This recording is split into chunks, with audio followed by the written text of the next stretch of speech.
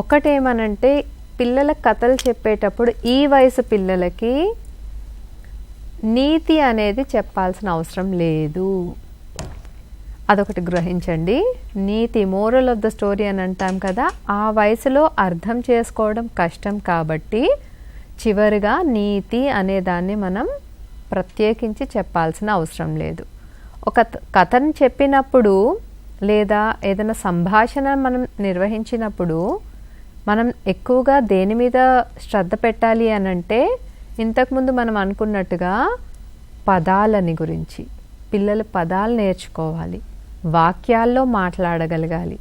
ఆ నేర్చుకున్న పదాలని తన డైలీ కాన్వర్జేషన్లో, ప్రతిరోజు సంభాషణలో మాట్లాడేలాగా అర్థవంతంగా వినియోగించుకోగలగాలి.